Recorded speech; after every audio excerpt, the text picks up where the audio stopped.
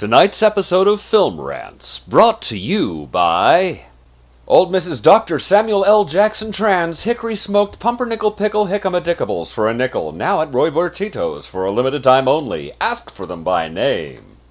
And by Flunge. We're not sure what it is, but it's useful. Or edible, or fuck. I don't know, just buy some, will ya?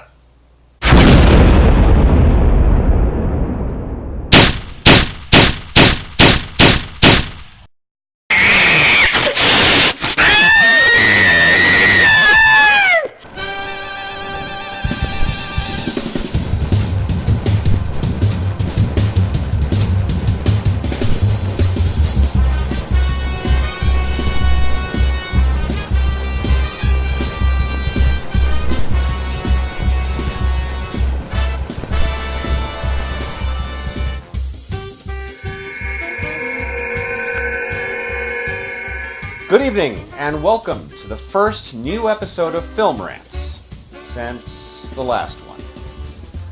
I'm your host, E. Adam Thomas, and tonight we're going to look at the most awesome film I have ever hated. I'm talking, of course, about JJ Abram's second chapter in the newly rebooted Star Trek franchise, Into Darkness.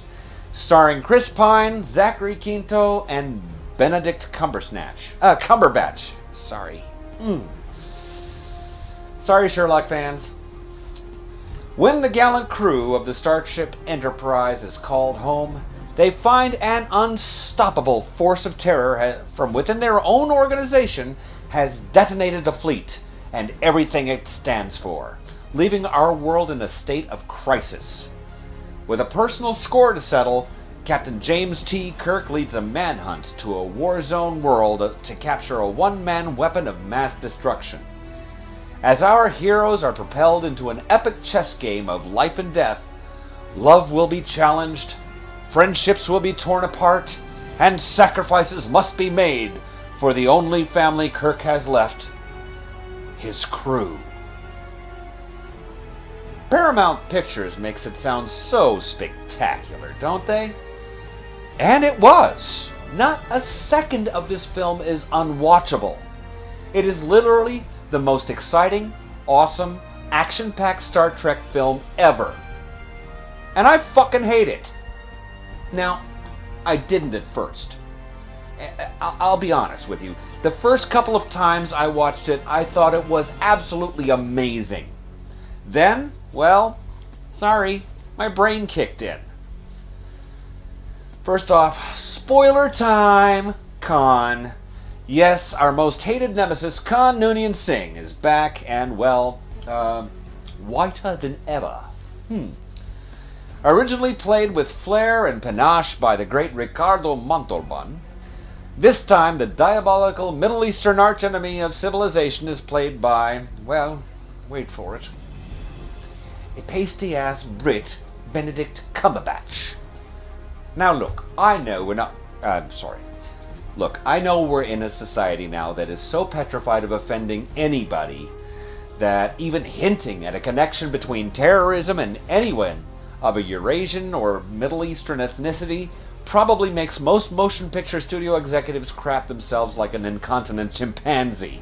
But seriously, the character's name is Khan Noonian Singh. You don't get much more un-British than that. It's like doing a remake of Willy Wonka and the Chocolate Factory and then recasting all of the Oompa Loompas with the starting lineup of the LA Lakers. It's just fucking stupid, folks. Had they renamed Cumberbatch's character to something else or given him a different backstory and a different name, given a different name like, Nigel Snivellington Smythe, and then gotten rid of the whole Khan backstory, it would have been so much better. And I'm sorry, but if only that was the only issue I had with this film, that would be bad enough.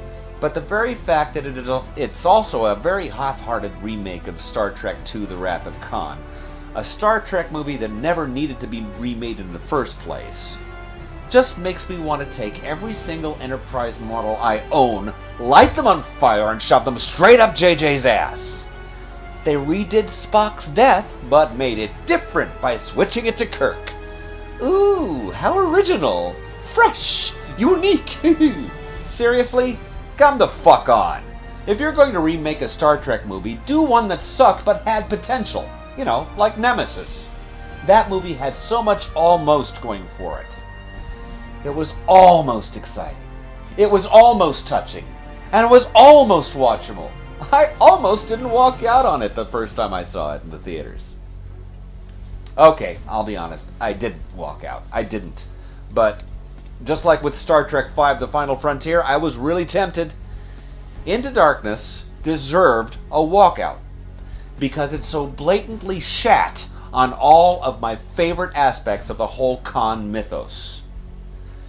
And you know what? While I'm at it, what in the name of the River Styx fuck made him shoehorn Carol Marcus into the plot so horrendously? I mean, she was the mother of Kirk's son, and now she's a minor subplot with fake tits? Okay, so maybe Alice Eve's tits aren't fake and it was just a really shitty bra. But seriously, I mean, this is finally the first Trek film to have seatbelts on the bridge, right? Now, was that because they needed them to keep the actors from running off the stage screaming, "I can't believe I'm actually taking part in this flaming shitfest"? And now, of course, Abrams has his pasty nerd mitts all over Star Wars, and we have barely more than a year before he unleashes that onto the drooling masses of geekdom. JJ, if you know what's good for you, pal, don't fuck it up. Seriously, you really don't want to end up with a few thousand plastic lightsabers shoved up your ass now, do you? At the risk of pissing off Will Wheaton by being a complete dick, allow me to present to you tonight's Rantometer. Artistic? A 2. That's it. It's a visually stunning film, yes, but let's face it, these days, a little CGI goes a long way. Cool factor? Alright, I will give it a 4, because at first glance, I was totally blown away. The film is cool looking. Weirdness? Sorry, I can only give it a 2 there because A, it's not weird at all. Other than some red foliage and a big Enterprise beating up a little Enterprise. It's not only not weird, it's lame. Suck factor? Full on 3. 1 for Limey Khan, 1 for Titsy Marcus, and 1 for remaking the best Trek movie ever badly. That brings us to a 5. A total of a 5 for a Star Trek movie. You gotta know how much that hurts this asshole. Not the worst Trek movie ever, of course, and still better than most Gamera movies, but still, by and large, a bit of a failboat. That brings us to the end of another episode of Film Rants. Let me know what movies you love that everybody else fucking hates. Or tell me about what movies you hate that everybody you know inexplicably loves. And I might even feature some of your comments right here on Ye Old Rant Show. You can comment on this video or tweet your pics on Twitter, Facebook, and Google+ using the hashtag FilmRantsEAT. Until next time, take it away, Jimbo.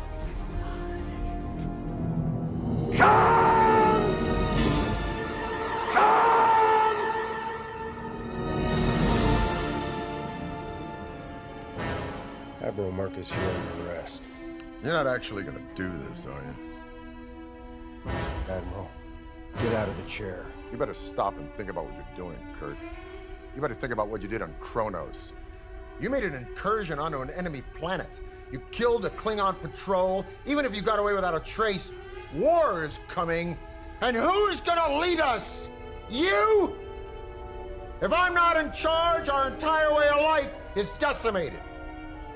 So you want me off this ship? You better kill me. I'm not gonna kill you, sir. But I could stun your ass and drag you out of that chair. I'd rather not do that in front of your daughter.